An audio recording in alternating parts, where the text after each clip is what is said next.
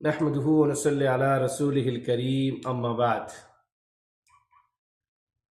عن ابن عباس رضي الله عنهما أن رسول الله صلى الله عليه وسلم قال إن الله تزاوج عن أمتي الخطايا والنسيان وما استكرهوا عليه। সম্মানিত শ্রোতা মণ্ডলী, আজকে আপনাদের সম্মুখে এমন তিনটি বিষয় নিয়ে আলোচনা করব যে বিষয় সম্পর্কে রাসূলুল্লাহ সাল্লাল্লাহু আলাইহি ওয়াসাল্লাম জানাচ্ছেন যে আল্লাহ রাব্বুল আলামিন আমার উম্মতের জন্য এই তিনটি কারণের গুনাহকে আল্লাহ রাব্বুল আলামিন মার্জনা করে থাকেন। অর্থাৎ এই তিন প্রকারের গুনাহ যদি কোনো বান্দার থেকে হয়ে যায় তো আল্লাহ রাব্বুল আলামিন তার শাস্তি প্রদান করেন না। প্রথম নম্বর হচ্ছে খাতা, অর্থাৎ ভুল। অর্থাৎ কোনো মানুষ এমন কোনো একটা কাজ করলো যে কাজটা সম্পর্কে সে আগে থেকে জানতো না, কিংবা তার ভুলের কারণে সে কাজটি করে ফেলল।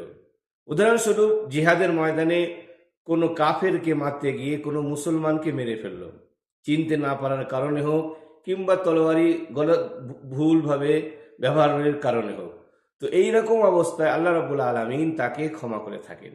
কিন্তু এই যে ক্ষমাটা আল্লাহ রাব্বুল আলামিন তার যে শাস্তি ছিল সেই শাস্তিটা দুনিয়ার থেকে আল্লাহ রাব্বুল আলামিনের হক সেটা আল্লাহ রাব্বুল আলামিন মাফ করে থাকেন। কিন্তু যেটা বান্দার হক সেটা কিন্তু তার প্রাপ্য, অর্থাৎ যে ভুল কারণে যে তাকে কতল করলো তার যে মুআখাযাটা আছে, অর্থাৎ তার যে ফিদিয়া আছে সেটা তাকে প্রদান করতে হবে, কিন্তু সে গুনাহ থেকে বেঁচে যাবে। দ্বিতীয় নম্বর হচ্ছে আল্লাহ রাব্বুল আলামিন নিসিয়ান বলা হয় যে কোনো জিনিস সম্পর্কেও আগে সে জানতো, অবগত ছিল যে জিনিসটা এমন, কিন্তু যখন সে জিনিসটা সে করে ফেললো ওই সময় ওই জিনিসটা তার স্মরণে ছিল না, স্মরণে না থাকার কারণে সে করে ফেললো। এর কারণে আল্লাহ রাব্বুল আলামিন তাকে ক্ষমা করে থাকবেন। যেমন কোনো ব্যক্তি, মনে করুন, বিনা অজুতে সে ফরজ নামাজ আদায় করে নিল, তার স্মরণই ছিল না যে তার সে অজু অবস্থায় আছে কি নাই। এমতো অবস্থায় সে যদি নামাজ আদায় করে নেয় তার নামাজ তো আদায় হয়ে যাবে, কিন্তু তার হুকুমটা সেটা কিন্তু সাকিত হবে না। যেমন যদি তার যখনই এই কথাটা খেয়াল আসবে যে অমুক টাইমে আমি নামাজটা পড়েছিলাম, ওই নামাজটা আমার বিনা উজুতে হয়েছিল, সঙ্গে সঙ্গে সেই নামাজটাতে তাকে দোহরে নিতে হবে। এই জন্য আল্লাহ রাব্বুল আলামিন কোরআনের মধ্যে জানাচ্ছেন যে রব্বানা লা তুআখিযনা ইন নাসিনা আও আখতানা। অর্থাৎ এই দোয়া যে আল্লাহ আমার থেকে যদি কোনো ভুল হয়ে যায় এবং নিসিয়ান হয়ে যায় তাহলে তুমি তার মুআখাযা করো না, এবং আল্লাহ রাব্বুল আলামিন করবেনও না।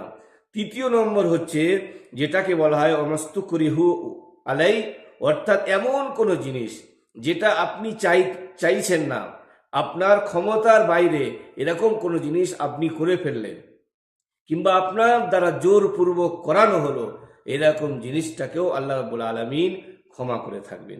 যেমন আল্লাহ রাব্বুল আলামিন কোরআনের মধ্যে জানাচ্ছেন মান কাফারা বিল্লাহি মিন বাদি ঈমানিহি ইল্লা এরকম একটা আয়াত কোরআনের মধ্যে এসছে, যে আয়াতের মধ্যে আল্লাহ রাব্বুল আলামিন বলছেন যে মুতমাইন্নুম বিল ঈমান, যে যদি তার ঈমান ঠিক থাকে কিন্তু সে কওলের দ্বারা ফেইলের দ্বারা এমন জিনিস ঘটিয়ে ফেলে যেটা গুনার কাজ, কিন্তু সে অন্তরে তার ঈমান আছে। অর্থাৎ যদি কোনো কাফের কিংবা বেঈমান আপনাকে বলে যে এই কাজটা যদি আপনি না করেন এক্ষুনি আপনাকে কতল করে দেওয়া হয়, এখানে আপনার কোনো ক্ষমতা নাই, তো সঙ্গে সঙ্গে আপনি এই কাজটি করলেন এই ভয়ে যদি না করি তো আমার মৃত্যুবরণ, আর কি আমার এতে কোনো ক্ষমতা নাই।